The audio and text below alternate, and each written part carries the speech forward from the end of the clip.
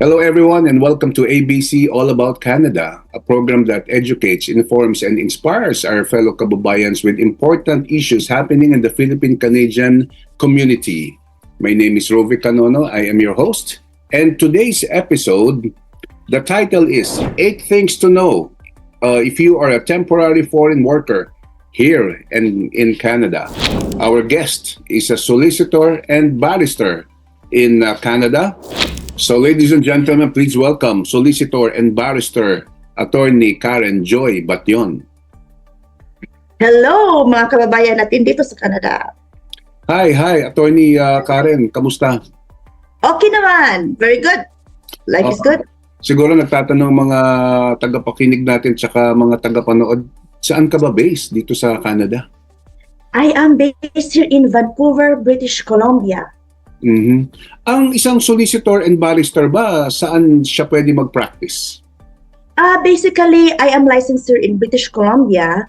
And yung mga may provincial laws tayo na yung dito ka lang, like sample family law na which is very provincial law. Mm-hmm. And however, for immigration law, it's like all over Canada. Oh, I see. Okay. All right. Yung topic natin ay related sa temporary foreign workers. Ang alam ko parang matagal na history mo sa pagtulong sa mga temporary foreign workers. Baka gusto mo ikwento sa amin. At saka yung bakit ka, ang iyong journey na naging isa kang lawyer. Only a few Filipina ang lawyer dito sa Canada. Yes. So I came from Zamboanga, Tampilisan, Zamboanga del Norte, Philippines. Mm-hmm. So I moved here in Canada in 2016, July.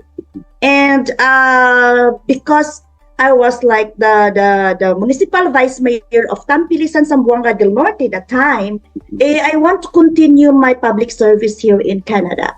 So, hindi naman tayo pwede papasok as a politician agad dito, di ba? But honestly, like, I was thinking, paano kaya makatulong pa rin sa mga Pilipino? So, since I was a law graduate in Canada, I went through the qualification exams and eventually, yes, before that, I worked at Migrant Worker Center, which is my first job in Canada as legal advocate. So, that's where I met a lot of temporary foreign workers na mga Pilipino, mga kababayan natin. It's either caregiver or people who works in the agricultural farm. And yes, yung mga yun. So doon nagsimula as a legal advocate at Migrant Worker Center. I've been there for like 2 years. Alright, okay, napakaganda.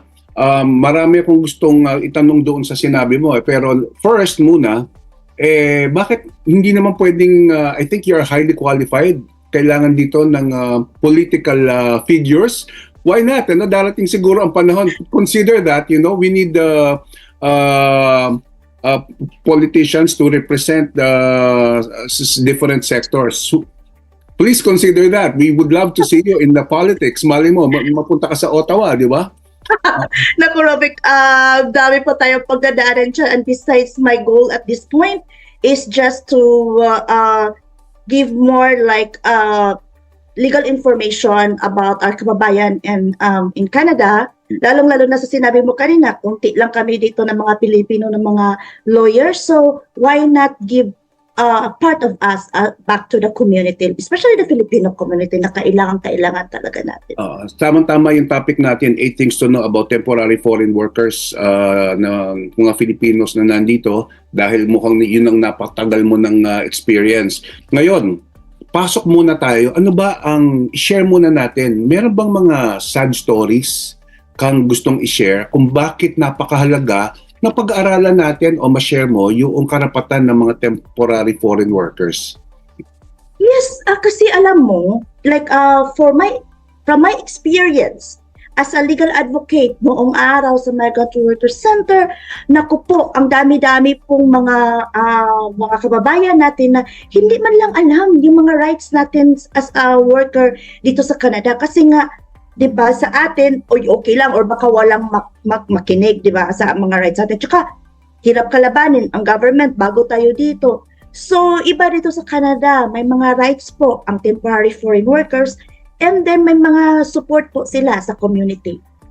Alright, okay. So narinig niyo mga kababayan na pag-aaralan natin ngayon yung 8 things to know para naman maging aware sila, no? Maiwasan yung abuse, maiwasan yung mga o sila rin baka meron silang mga questions pwede nilang itanong sa mga susunod nating episode siguro with attorney Karen Batyon. Okay, papasok na tayo sa 8 things to know if you are here as a temporary foreign worker or if you are going to apply as a temporary foreign worker in Canada.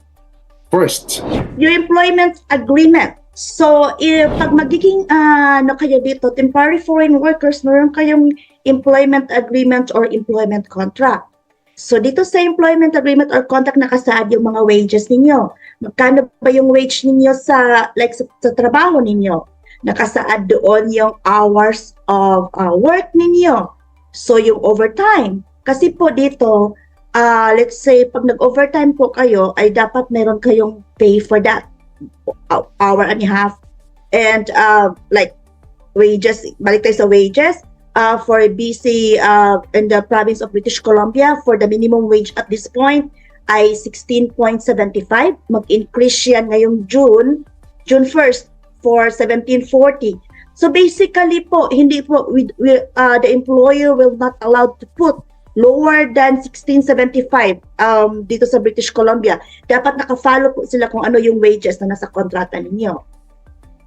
Pangatlo, sometimes minsan hindi natin alam gaya sa Pilipinas ano yung statutory holiday. So yung statutory holiday, ito yung mga holidays na binibigay ng government. For example, Christmas time, yung Family Day, yung mga coming up the Good Friday. So ang iba kaya nila magre-rest lang sila ng yan, matulog, pero there are like employees that are getting paid for this if they are qualified. So paano sila maging qualified?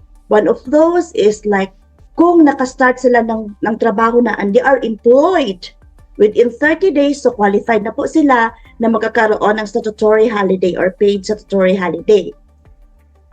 Isa pa, sa kontrata dapat mayroon kayong annual vacation leave na nakalagay. So which means after 1 year, dapat mayroon kayong vacation. Usually 2 weeks yan sa mga temporary foreign workers natin. A minimum of 2 weeks yan. So it's hindi pwede na patrabahuin na lang kayo ni amo ng diretso-diretso. Dapat mag-ask din kayo na, hey, by the way, I need to take a vacation kasi kasaad yan sa kontrata natin. So rights ninyo yan. At saka aside from that, meron din kayong vacation pay. So I think 4%. So if you know more about it, you can contact like the non-profits organization and to know more about your employment agreement. Kasi marami po doon sa employment agreement na minsan binabaliwala ni employer or di-violate ni employer. So you need to know about what is there in your employment contract. alright, maliwanag na maliwanag. Yung bang mga, pero bago tayo mag-move on to sa second, yung mga temporary foreign workers, ito yung mga may hawak ng open work permit, di ba? Open work and closed work permit po.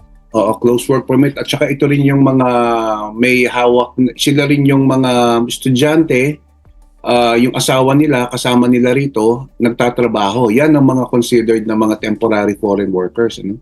Yes, correct. Basta meron silang contract na para bang at the end of the contract ay para bang tila baga na babalik sila ng Pilipinas, di ba? Also, yung iba, ang idea nila, tumagal pa sana rito, pero as far as the contract is concerned, parang temporary nga lang ang stay nila rito. Tama? Yes, that's correct. That's correct. Tama. Okay, papasok na tayo sa pangalawang important thing to know if you are a temporary foreign worker. So if you're a temporary foreign workers, may access po tayo dito sa ating health services. So pag bagong dating ka, you have to know, you should know na mayroon tayong mga provincial health care which is free yan ng ating dito sa Canada.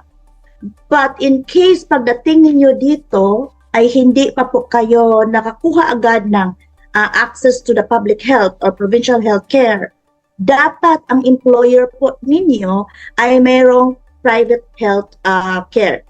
Which means na mayroon dapat insurance si employer para sa healthcare mo na sila ang nagbabayad. Hindi po ito deducted sa inyong salary, but dapat si employer po ang nagbabayad for this one.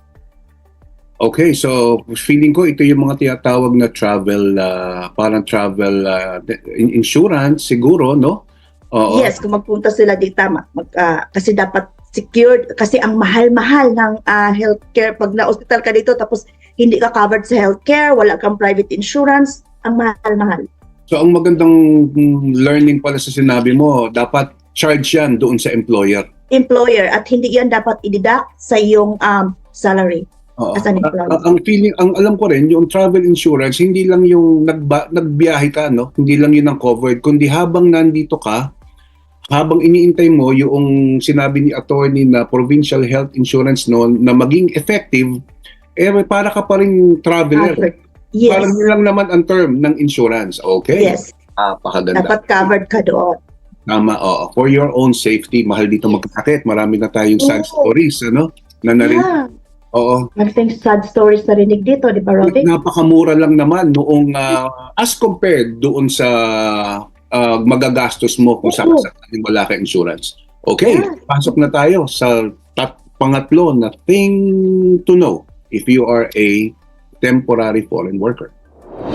So if you're injured or become ill at your workplace, dapat i-inform mo si employer. Kung minsan, i-inform mo agad kasi covered yan ng mga insurances. Minsan, hindi tayo nagsasalita. Kasi baka akala natin na, ay naku, ayoko, baka mamaya, bago-bago ko pa, baka mamaya ay ako ay masisante. No, dito sa Canada, pag you feel ill or injured ka na-injured ka sa work mo, sabihin mo agad, i-report mo agad sa employer or Service Canada kasi kailangan talagang mabigyan ka agad ng yung mga health assistance ng ganyan dahil hindi ka pwede nila papatrabahuin because na-injured ka sa trabaho, di ba? So may mga aspect na you need to, this one na dapat i-report mo, huwag ka matakot. Report mo agad, na-injured ka, may sakit ka, report mo agad sa employer mo. And they are, they have the obligation to do, to give you medical assistance because ikaw ay kanilang empleyado. Siguro yung ibang kababayan natin hindi nagre-report kasi back pain lang, nagbuhat sila na sabi nila, wala naman dugo eh. Oo nga, that's true. Hindi naman sila nasugatan eh. Oo, di ba? Oo. Pero hindi. Kahit na back pain yan, nagbuhat Si ka. back pain, minsan for example, because nagtatrabaho ka as a healthcare worker, cleaning or nurse assistant, pag medyo ni-stretch mo kasi nagkuha ka ng kung anong kinukuha mo, binubuhat mo, bigla kang ma-feel na may mag-click somewhere sa katawan mo or nerve kaya na naiipit. So please report it right away kasi the WorkSafe BC dito, may mga WorkSafe BC, and in fact, pag covered yung mga loss compensation mo dyan, kung qualified ka, so report mo agad para mabigyan ka rin ng mga tamang assistance not only in health but also in WorkSafe BC. Alright. Okay, maliwanag na maliwanag. Okay, papasok na tayo sa pang-apat na tip para sa mga benefit sa kapakanan ng ating mga temporary foreign workers. So as a temporary foreign workers, there is what you call health and safety at work. So ito ay minsan kasi nakikita mo, you saw that parang in danger ang aking trabaho, parang hindi ko kaya gagawin yan. Let's say pinapakuha kayo ng somewhere na yung ang weather is very extreme, very let's say ang lamig-lamig, very cold, so you need yung tamang damit na sinusuot mo. You can ask that from your employer. Pag magsabi sila na, I know we cannot provide that for you, do not do. You have the right to refuse to work until they will provide you for that. Until maramdaman mo na safe ka na to proceed your work. But if you see that medyo hindi healthy and safety ang work mo, you have the right to refuse not to do the work. Okay, meron akong dalawang tanong, attorney. Kunwari, nasa kontrata, wala siyang lifting, wala siyang pagbubuhat. Okay? So, tinanggap niya yon dahil walang pagbubuhat. Dahil ayaw niyang magbuhat, dahil nga siguro medyo may edad na siya. dun sa trabaho niya, medyo may konting pagbubuhat pala. Anong masasabi mo ron? Yung ba ay pwede kang mag-refuse? Kung nakikita mo na medyo, may edad ka na, tapos hindi ka na pwede sa magbubuhat, pwede ka magsabi na hindi ako pwede, nakalagay sa kontrata natin na hindi nga, kasi nga mayroon akong sa edad ko, di ba? Yes, until such time na i-remove ni employer yung bar na yon or yung safe issue na yon, you have the right to refuse. Kasi magiging total disabled ka dyan or partial disabled ka dyan or may mag-click sa yes, you have the right to refuse at pwede ninyong pag-uusapan sa employer ninyo kung paano i-accommodate yung needs mo. Usually may mga mababait na mga employer na magbibigay ng mga accommodation how to. Attorney, ito napaka-basic, napaka-simple lang, pero kung gusto ko lang sanang spoon-feed sila, kasi alam mo, katangian ng mga Pilipino mahiyain, ayaw magsalita. Yes. Pero in one sentence, para lang, paano nila sasabihin, although ito napaka-basic to, paano nila sasabihin na ayaw nilang gawin yung trabaho? Ito, sorry pero basic to, kahit siguro elementary, kayang sabihin to, pero para lang matulungan natin yung mga mahihiyain natin na mga kababayan, how will they say this? Baka naman pwede na sabihin na, I'm sorry, I cannot do this. And then they can explain. Like, I'm sorry, I cannot do this, for safety reason. Then they can explain. I know that tayo mga Pilipino, we can speak fluent English naman. And they can communicate with their employer, but just say, I'm sorry, I cannot do this. That is right. Well noted. Okay, papasok na tayo sa pang-5 na tip para sa mga temporary foreign workers na karapatan. So, another thing, the 5th one is a workplace free of abuse, which means that dito, bawal po ang magiging bully. Na may bully ng mga employer, may mga bully talaga ng mga employer, di ba? Dahil, of course, yung we are new in Canada, and then they thought na pwede nila tayong gulat-gulatin. Or let's say financial abuse, mayroon before of it that an example that sabihin nila na you will work for us, we will pay your fees, ipasok namin sa bank account mo. However, the worker will withdraw that at ibalik niya sa employer. So pinapakita lang na may flow of money na pumapasok para kunyari binabayaran, but actually hindi binabayaran, is the temporary foreign workers ay nag-oo just because to get the job experience para sa kanilang permanent residency application. So usually, pagsabi may mga nangyayari, it's not even just the Filipino, mostly like other kind of employers na, okay, I will pay you, Rovic, because you're working to me. I'll put your salary every 1st and 15 to your account. However, you have to withdraw that. Give it back to me, the cash. Okay, meron mga ganun palang That is financial abuse. So, yung mga abuse na gano'n na mga nangyayari, sometimes, minsan din, as yung Pilipina, maganda tayo, may mga sexual abuse din na nangyayari doon sa workplace. So yun, bawal na bawal yan dito. There are after maybe sa last part ng ating talk ngayon, makikita niyo doon kung saan i-report itong mga ganito na problema. Alright. Okay. So, syempre, hindi lang sa employer ang abuse na nangyayari. Pwede rin sa fellow colleagues na kasamahan, di ba? Yes, that's true. Sa kasamahan mo. And then after ma-feel mo na may abuse sa kasamahan mo, you have to report that to your employer so that your employer will do something or make an investigation about it. Alright. Okay. Maliwanag na maliwanag. Papasok na tayo sa pang-6 na karapatan ng isang temporary foreign worker. So if you look, okay, the six things to know about being a temporary foreign worker is that if you lose your job, nawawalan ka ng trabaho, na-terminate ka, mayroon kang karapatan ng reasonable notice. Which means, nasa kontrata mo yan, na termination. In termination, kailangan ba magbigay both of us ng 2 weeks? Usually 2 weeks yan. Usually 2 weeks reasonable notice. Kung if you are in the workplace and sabihin ng employer mo na, hey, si Santika, now agad, now, So you have the right for your termination pay. Okay? So based sa termination pay, nag-base yan for how long ka nagtatrabaho. Minsan, like for every year, there is one, the employer should pay you like equivalent to 1 month pay. So may mga ganon na mga instances. So if you are like being terminated from your job, you can talk to like lawyers, employment lawyers, or any like legal assistance for that, because you have rights. You have a lot of rights. And also, if you are being terminated na hindi mo kasalanan, you may qualified for an EI. Diba? So, baka qualified ka ng EI. So please, if hindi mo alam ang mga ganito kasi wala ito sa atin sa Pilipinas, please talk to people in the community. There are like lawyers around. We have the legal aid at we have the access pro bono for that, na pwede ninyong tatawag na may mga free legal services for even 15 to 30 minutes. And also, example, nawalan kayo ng trabaho because you were being abused, right? Baka qualify kayo sa open work permit for vulnerable workers.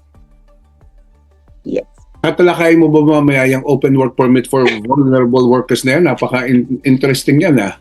Yes, hindi siguro sa ngayon. However, maybe another time. Yeah. But yun talaga ang maraming issue sa temporary foreign workers na So, hindi nila alam after. So, kumbaga may remedy pala, no? Maraming remedies, oo. Yes, there are a lot of remedies. Hindi lang kasi nila alam, kaya maganda yung mga ganitong info sessions, ano? Yes, for vulnerable workers, because like it probably, Rovic, one day we can do like for vulnerable workers only kasi maraming covered yan. You know, ang haba ng coverage dyan na hindi alam ng ating mga kababayan na they are abused na pala because they don't want to leave their employers. Nakasalalay doon ang kanilang contract, nakasalalay doon ang kanilang length of time sa kanilang job to job experience, I mean. So, there are a lot. Huwag kayo matakot kasi pwede naman kayong applyan ng open work permit for vulnerable workers at potentially maybe kung may makikita pa dyan na ina-abuse talaga kayo masyado ng employer, there's a pathway for that, for permanent residency, which is the humanitarian and compassionate application. Mm-hmm. So mahabang usapan yan sa punto na yan. So we can talk about it next time. So, para lang maliwanag, kasi baka iniisip nila, sandali, ako ba ay isang vulnerable worker na? Can you give us a briefing ng mabilisan lang, definition ng vulnerable? Kasi hindi naman nila naririnig sa Pilipinas ang salitang vulnerable na yan. So, if for example, you know, like, you were treated so unfairly ng employer mo, example ha, if instead that in your kontrata, mag-work ka ng 8 hours, and then you have, in 1 week, dapat may 2 days off ka, pinapatuloy 7 days a week, non-stop. Anytime na gusto si employer, non-stop ng example, kasi usually ang mga example caregivers, nakatira sa bahay ni employer, parang 24/7 na pwede silang tawagan. No, there should be a boundary for that. According to your contract, 8 hours of work, beyond that, overtime. Pero si ikaw, that you are temporary foreign workers, you don't know about it. And you are not being paid for the overtime. You don't know that you have rest day. Because again, baka mamaya, baka hindi po ako, baka mamaya, you know, like may mga tayong mga Pilipino, okay lang tayo, very tolerable tayo eh. But please, that is not tolerable here. You are being abused and you are now a vulnerable worker. Sana itong episode na to umabot hanggang Newfoundland, umabot ng Manitoba, Saskatchewan, yung marami tayong mga kababayan na temporary foreign worker. Na doon kasi, parang wala sila masyadong kausap na di ba? Parang nandun sila, depende kasi sa work, puro lang sila malalayo eh. Unlike dito sa Vancouver or sa Toronto, medyo magkakadikit, marami makakausap na Pilipino. Yes. And besides, iba pa dyan, Rovic, yung mga employer, may ibang employer na they really don't allow their employees na, you know, makipag-usap or makapagsalita. Because that's how they can control. Yung mga vulnerable workers na yan, na hindi sila palabasin ng kanilang mga amo na hindi halubilo. Kaya tama ka. Yung sa mga nandoon siguro sa mga farm workers doon, marami doon na mga hindi nila alam ano yung mga karapatan nila. Ayaw naman aalis sa kanilang mga amo kasi nga natatakot sila dahil what if, ang laki-laki na ng gastos, but kung alam lang nila ng mga kababayan natin na mayroon tayong tinatawag na open work permit for vulnerable workers, people can help you to do that. All right. Okay ka. Sige, mamaya marami pang konting follow-up diyan. So, papasok na tayo mga kababayan sa ikapito na thing to know sa mga temporary foreign workers. Yes, may mga questions ako from Filipinos or from people that ayoko na kasi nga yun inaabuso ako ng aking employer connecting to that, right? Can I change my employer? Short answer is yes. Pwede talaga. However, minsan you have to consider na yung mga specific work permit, employer specific work permit, which means na ikaw ay magtatrabaho lang sa specific na employer, specific na address, at yung specific kind of job. So before kayo mag-jump in, isipin niyo yan na, sandali, yun, dapat meron kayong ibang bagong employer, bago kayo, kung sakasakaling makakita kayo, which is very, very better na before kayo mag-change ng employer. Kasi po, ang yung bago nyong employer ay mag-a-apply na naman siya ng parang, they will follow all the regulations about hiring temporary foreign workers. So basically, kung ang question is, can I change my employer? Huwag po kayo mag-alala. Yes, that's the short answer for that is yes, you can change your employer. Kahit na closed? Kahit na closed. Pero ito nga sinabi ko, pag kahit closed or employer-specific work permit, Yes. kung pwede lang sana before kayo mag-jump into another employer, kuha muna kayo ng bagong employer. So may chance pala talaga. Yes. However, if you are again, if you are being abused, tapos hindi ka pa nakita ng new employer, meron tayong open work permit for vulnerable workers na pwede kayong mag-apply. Napakaganda. Mamaya, gusto siguro nilang malaman saan sila mag-a-apply niyang vulnerable work permit na yan kung sakaling nadyan sila sa situation. Okay, so papasok na tayo sa last na thing to know, important thing to know if you are a temporary foreign worker. Pangwalo. Yes, so the eighth one is like how to get help. You know, kasi kahit kung ano pang sinasabi, whatever I say here, and if you don't know where to go, then parang baliwala nga rin, right? So you should know, how can we get help? Saan kami pupunta? For example, the first one, reporting abuse.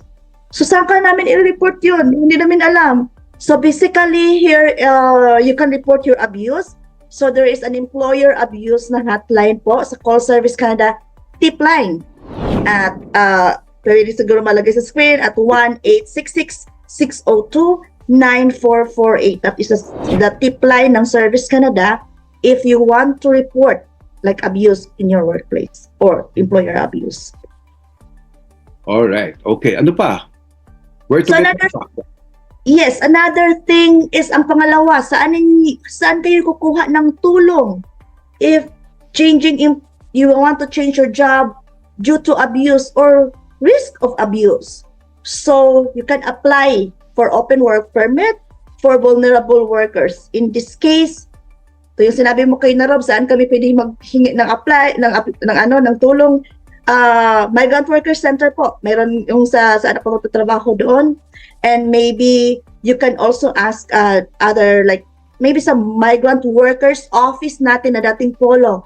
Kasi alam nila kung saan siguro kayo i-connect niyan. And yes, so you can connect this organization to apply the open work permit for vulnerable workers. Kasi po, right po ninyo yan na naabuso dito sa Canada ng mga temporary foreign workers na mayroon itong programang ito para sa inyo. Alright, okay. Sige. Okay, ano pa? Saan pa sila pwedeng humingi ng tulong? Lalo na yung mga yung mga support organizations? Yung mga support organization po, meron tayong mga support organizations dito, kaya huwag kayong matakot, just dapat malaman ninyo kung ano ang mga ito. So in British Columbia, mayroon tayong tinatawag na Community Airport Newcomers Network. Pagdating sa airport, may mga malalapitan kayo na mga itong Community Airport Newcomers, meron din Mosaic na organization. Meron dito yung mga Pilipino nagtatrabaho sa Mosaic, na mga kababayan natin na mga support worker dyan. There is like a diversity, community resources, ngayon? Yes, diversity, and meron ding success. Marami, success, meron ding, Migrant Worker Center, marami pong mga organizations dito, Google mo lang siguro, kung saan ang organizations dito, or kung saan ka man sa Canada, Google the organization that can support the migrant workers at lalabas din yan sa, sa mga research ninyo. Mga kababayan, yun ang wala sa Pilipinas at saka probably sa ibang bansa, yung mga ganitong support workers. Tama si Attorney Karen Joy Bation, doon nga sa airport, sa YVR, meron ganyan. Doon sa immigration room mismo, okay? Sa immigration room mismo, meron doon isang kiosk para tumutulong sa mga foreign workers, temporary foreign workers. Pwede kayong humingi ng mga brochure doon. Yung mga sinasabi ni Attorney Joy Bation na mga contact in case of mga ganitong emergencies o concerns. Okay, ano pa? Saan pa sila kukuha ng help? Yung mga regarding health and safety problems. Yes, so yung mag-report kayo ng reporting a workplace health and safety problems, like for example, yun, pina-perform kayo ng dangerous work, or the condition of your work are unsafe, or you are being injured or sick because of your work, and let's say you're pregnant and the nature of your job could jeopardize your pregnancy, pwede po kayong magre-report dyan sa meron tayong mga provincial and territorial workplace health and safety offices. For British Columbia, we have the contact information is 1-888-621-7233. Thank you so much. Napakaliwanag. Quick question lang. Sa experience mo ba, meron na bang nagreklamo na hindi sila pinapagamit ng cellphone? So far, wala. Oh, very basic So far, naman. kasi basically parang example, alam naman ni worker kung sakasakaling sa farm sila pinapatrabaho. Oh yeah, caregivers. Tama. Meron pala. Yan, hindi sila ina-allow. So yun ang mahirap, Rovic. Kasi pagka minsan walang phone sa katawan nila and then inaabuso sila because usually pag may report nung araw kami may report si employee na they were being abused, verbally abused, na sobrang verbally abused by their employer. Minsan syempre sasabi namin sa client that you have to get evidences, right? So one of those is like at least nakakuha ka ng video sa phone mo. Di ba? Pag tama ka, pag wala nga silang phone, paano? So minsan sabihin lang, tinago nila sa bulsa nila, at least the audio can be heard. Tapos if the audio is like in another language other than English, pwede naman natin yan ipa-translate. May mga translator dito para we can make it as an evidence that they were being abused. Alright, maliwanag. Yun namang mga merong iba't ibang employment problems, saan naman sila lalapit? So yung mga iba't ibang employment problems, example, they're not being paid properly. Yung example ko nga na sinabi ko kanina na binabayaran kita, Rovic, papasok ko sa bank account mo. However, ano ko lang, para bang pinadaan lang sa hangin, balik mo din yan sa akin, you know? So basically sa mga ganon, or you were treated unfairly ng employer mo, or ang employer mo ay hindi talaga naman nag-follow sa agreement ninyo ng as a employer and employee. So dito po sa Canada, pwede pong i-report yan. So meron tayong Provincial and Territorial Employment Standard Office. Dito may mga investigation na nangyayari. Dito yung palaging from here, reporting other employment problems.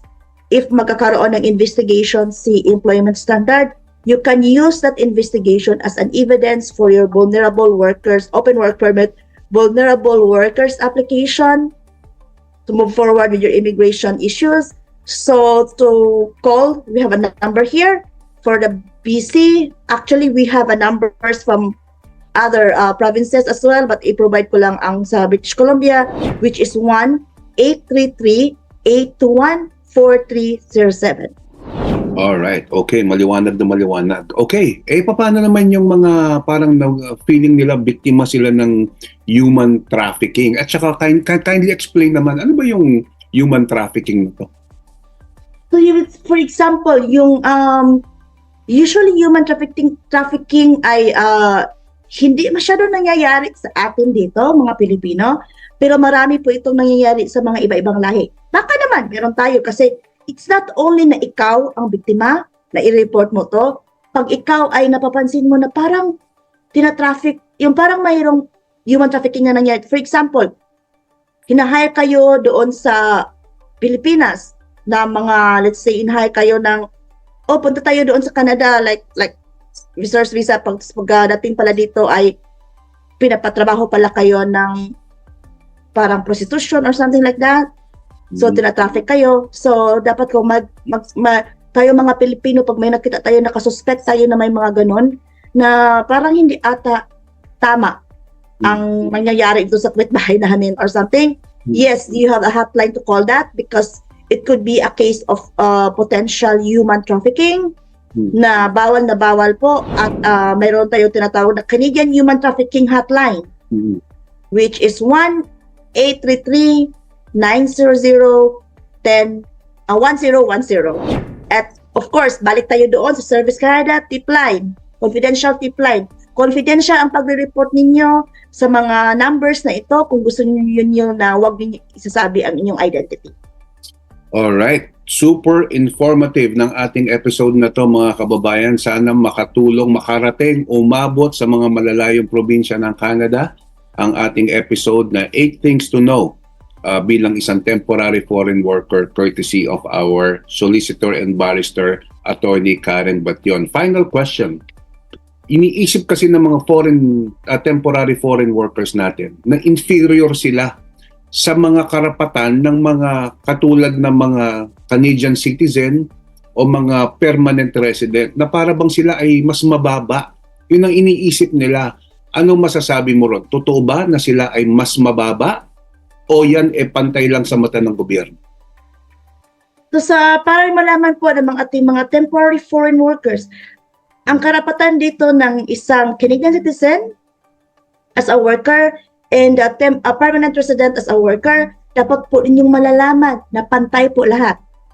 Parihong-pariho. So hindi ibig sabihin dahil temporary, the word temporary ay less yung karapatan ninyo. Hindi po. Pariho po tayong lahat. Equal. After all, nandito tayo sa it's North America, na ang karapatan ng isang manggagawa ay pareho po. It's either you are Canadian citizen or permanent resident, pareho po tayo ng karapatan sa kanila. So wag kayong mag-ano na ay kasi temporary pa ako, baka hindi pwede. Please talk, please reach out kasi hindi niyo alam, may mga mas maraming support po sa ating mga temporary foreign workers dito dahil kayo ay mas nangangailangan ng legal information.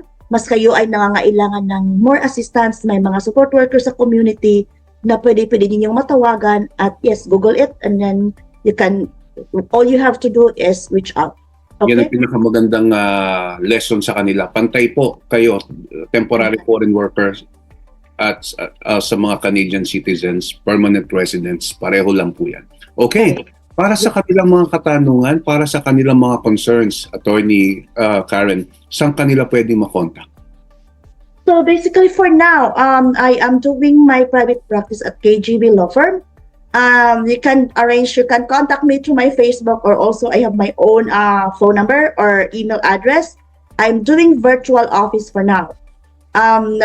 Because I am also like a lawyer with the union. I am a representative of the HEU, WCB, an LTD appeal team. So, yung mga na-injured na mga health employees workers and then hindi sila nabibigyan ng tamang compensation or tamang sa kanilang injury or yung mga dapat matatanggap nila minsan dinideny ng ng whoever nga they claim for that. So we are the team that will appeal for that. So may mga ganon. So if you want to contact me, please reach me out at my Facebook or phone number or an email.